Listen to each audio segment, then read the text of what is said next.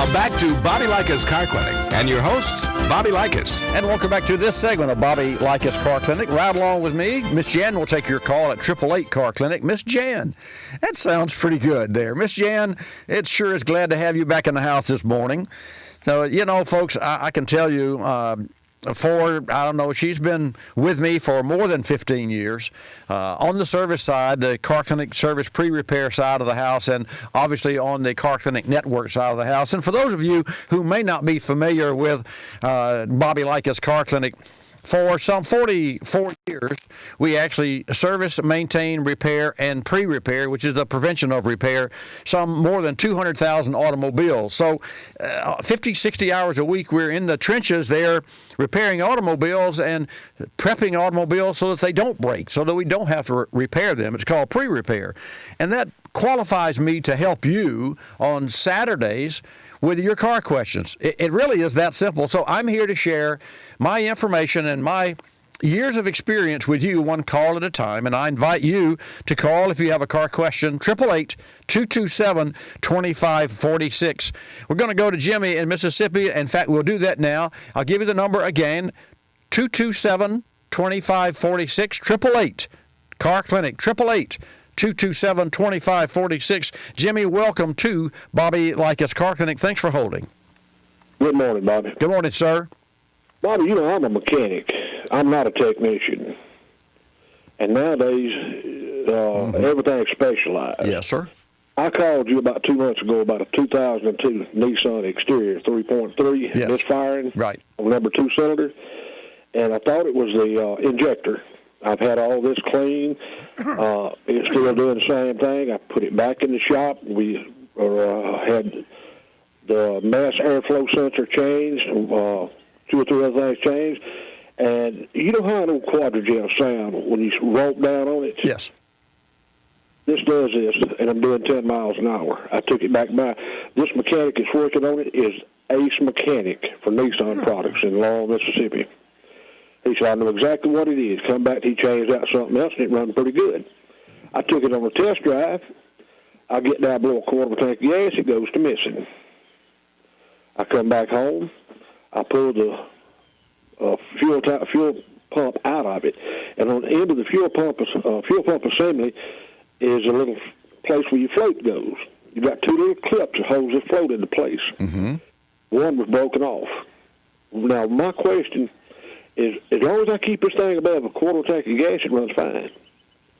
I get it down below a quarter of a tank, and this assembly, I've got this fixed now, but I haven't got down below a quarter of a tank to check it. Well, when you say you had it, what does this have to do with the running of the vehicle? That particular way. Let me tell you one more thing. Okay. I've had it checked with the computer. The only code that comes up is a fuel temperature sensor and a fuel sending unit sensor. Okay, here's what needs to be done, Jim.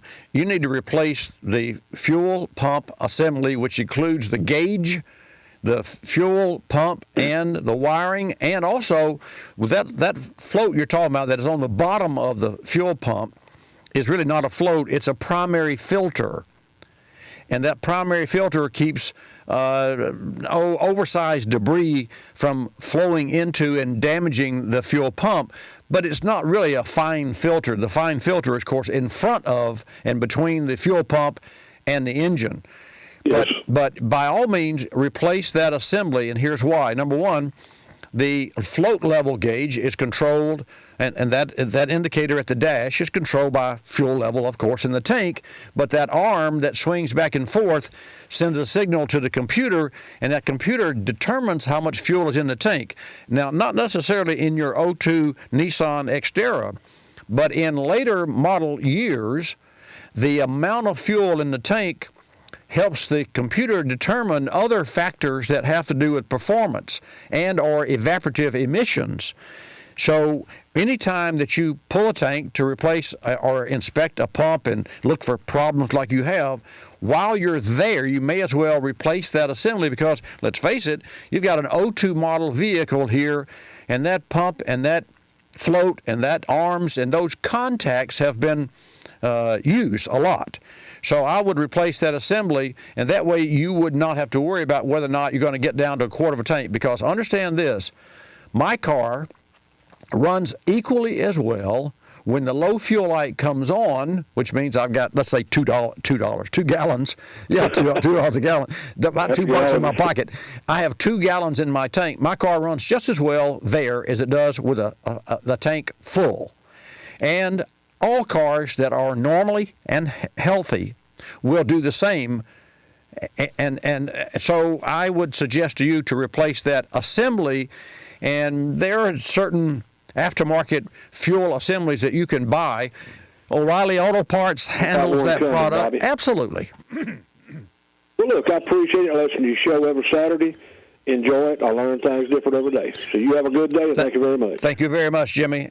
You know, and while we're in that neighborhood, I'd like to reach out to WMXI 98.1 FM in Laurel, Mississippi, the voice of the Pine Belt. Ted Tibbett and Gene Tibbett, general managers and program directors there at WMXI 98.1 FM, Laurel, Mississippi, Car Clinic's affiliate right there in Mississippi. And in your neck of the woods, folks, feel free to give me a call at 888 Car Clinic.